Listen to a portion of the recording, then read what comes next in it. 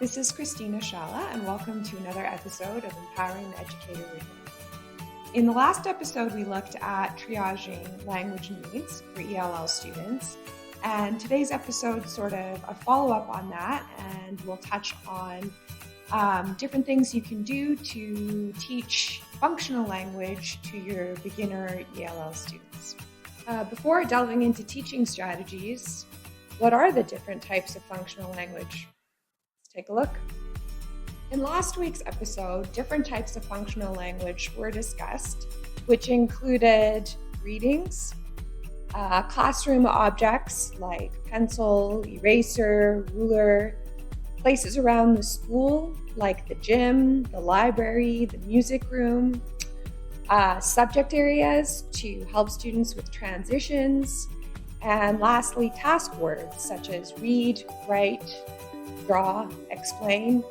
And so knowing all this, what strategies come to your mind as to how you might help your ELL students learn these types of vocabulary?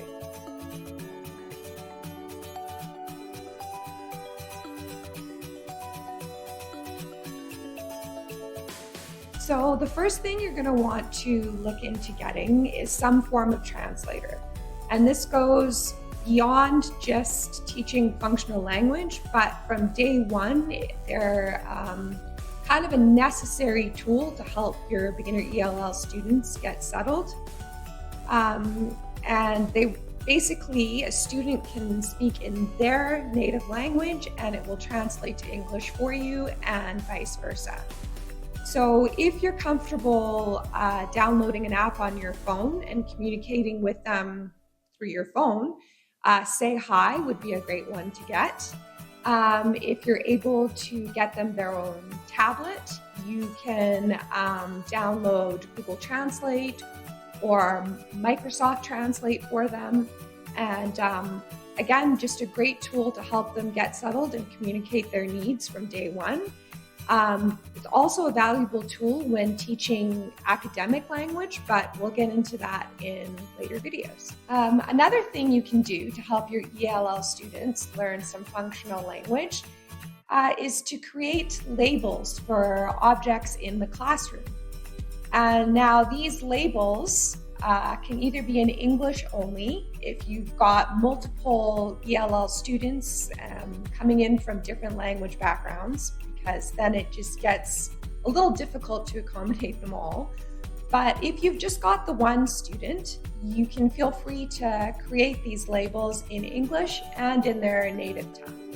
And once you've placed them around the room, be sure to show them to your ELL student or students so that they're aware that it's a tool that they can use to help them learn some English.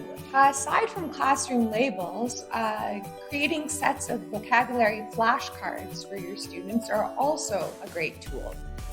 These flashcards can include a variety of functional language, from subject areas to classroom objects to readings. The cards can have the word and the picture on them.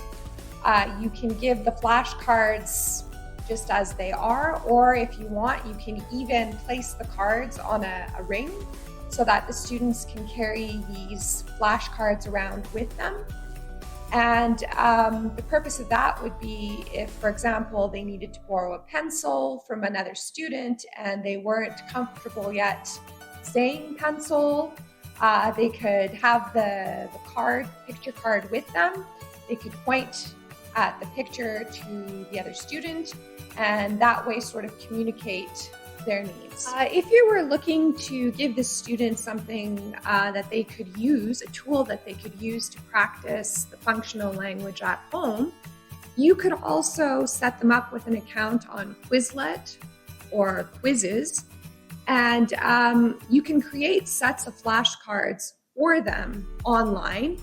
And at home, not only could they review the words, but there's also the audio that they could listen to as well, so that as they're reading the words, they can also be listening and hearing the words. A lot of times, ELL students struggle knowing what it is that the worksheet or what it is that you verbally ask them to do is, whether it would be to read, write, draw.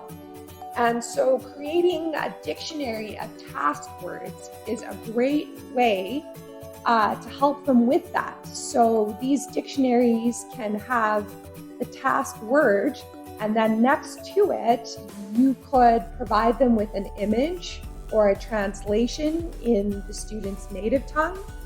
Or the students, if they're older, could even draw the pictures and write the translations themselves.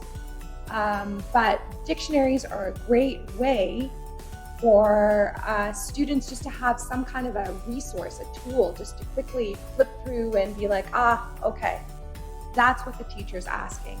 That's what the assignment is asking.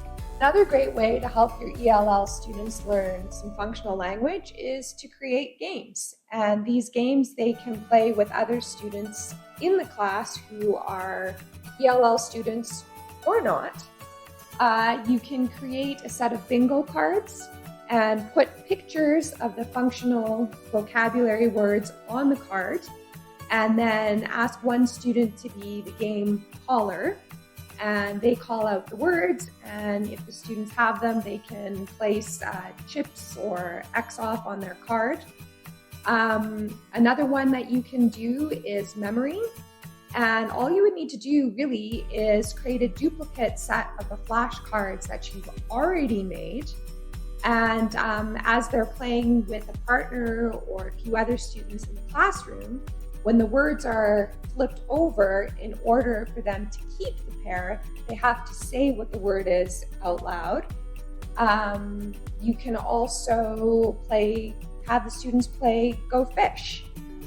So again, just duplicating the flashcards that you've already made, and they would need to ask their partner, for example, if the flashcard had pencil and they needed the other pair, they would just have to ask the other student or students, can I have a pencil, or do you have a pencil? And if they do, then they can keep that pair. If not, then they go fish. Another thing you can do too is create just simple board games with images of the functional vocabulary words. And for them to stay on the square that they've landed on, they need to say in English what it is, what vocabulary word. So these are just a few simple ideas to get you started, but really use your imagination and see what you come up with. Thanks for tuning in to today's episode of Empowering the Educator Within. See you next time for more ELL tips.